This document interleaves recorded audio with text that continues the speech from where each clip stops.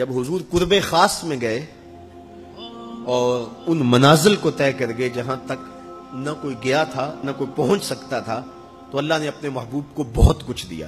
70,000 اسرار تھے، 70,000 رموز تھی، 70,000 حکایات تھی۔ محبوب کی جھولی میں بہت کچھ ڈالا اور ڈال کر کے کہا بما اشرفک یا احمد، اے محبوب یہ تو میں نے خود دیا ہے، اب تو اپنی چاہت بھی بتا، تیری چاہت کیا ہے۔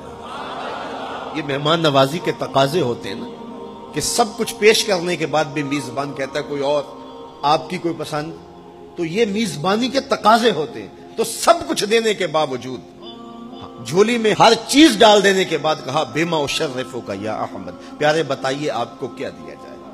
اب پھر حضور کی ڈیمانڈ دیکھیے، حضور نے مانگا کیا۔ کسی شخص کو دیکھنا ہو کہ وہ کہاں کھڑا ہے، اس کو آپ اختیار دے دیجئے گا، پھر پتہ چل جائے گا وہ کتنے پانی میں۔ آپ مجھ سے پوچھتے ہیں کہ مانگیے کیا مانگتے ہو، تو میں کہوں مجھے پانی دو تو آپ سمجھیں گے پیاسا ہے، میں کہوں کھانا دو آپ سمجھیں گے بھوکا ہے، میں کہوں گا میرے نام کے نعرے لگاؤ آپ کہیں گے شہرت کا متلاشی ہے، میں کہوں گا اٹھو اور میرے اوپر پیسے لوٹاؤ میں اتنی اچھی تقریر کر رہا ہوں، تو آپ کہیں گے یہ تو بیچارہ غربت کا مارا ہوا ہے، اس کے اندر کی ابھی بھوک گئی نہیں ہے۔ تو کسی شخص کے ظرف کا پتہ لگانا ہو تو اس کو اختیار دے دیجئے مانگ کیا مانگتا ہے۔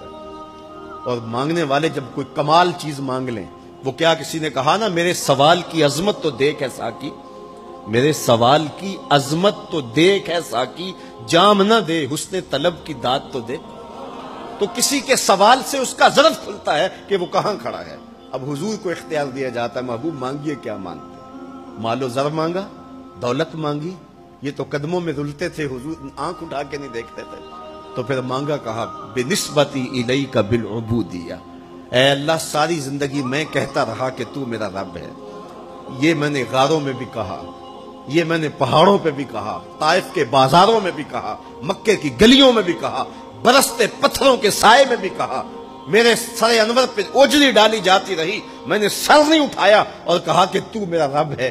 ساری زندگی میں نے کہا کہ تو میرا رب ہے، آج تو بھی تو کہہ دے کہ تو میرا بندہ ہے، مجھے عبد کہہ کے پکار دے۔ ملا جیون علیہ رحمہ فرماتے، امام راضی بھی لکھتے ہیں کہ یہ حضور کا پسند فرمودہ ہے۔ تو پھر اللہ نے جب بھی واقعہ معراج کی حکایت کی تو لفظ عبد سے جو ہے وہ بات کی، سبحان الذی اسریٰ بعبدہ، اور وہاں بھی سورہ نجم کے اندر بھی فرمایا فَأَوْحَىٰ إِلَىٰ عَبْدِهِ مَا أَوْحَىٰ، تو یہ محبوب کی چاہت پر ہے۔ اور پھر عبدیت کا بندے کی طرف سے جو اظہار ہوگا اس کے لیے پھر 50 نمازوں کا تحفہ دے دیا کہ میرے بندے تو پکارتا رہے اور مجھے رب کہہ کے پکارتا رہا، میں تجھے لبیک یا عبدی کہہ کے پکارتا رہا۔ اور وہ 50 نمازیں پھر 5 نمازوں کی صورت کے اندر باقی رہیں۔ اللہ کی باتیں بدلتی نہیں ہیں، جو ایک نیکی کرے 10 کا ثواب ملتا ہے، پڑھو گے 5 ثواب 50 کا ہی ملے گا، اس لیے کہ اس کی باتیں تبدیل نہیں ہوتی۔ اور یہ تحفہ ہے۔ حضرت موسیٰ نے تو عرض کیا تھا کہ ایک بار اور جائیے، لیکن میرے حضور نے کہا تھا مجھے اپنے رب سے حیا آتی ہے۔ عادت باری یہ تھی نا، ہر بار 5 نمازیں معاف ہوتی تھی، اب بھی جاتے تو 5 نمازیں معاف ہو جاتی، لیکن کہا کہ مجھے اپنے رب سے حیا آتی ہے۔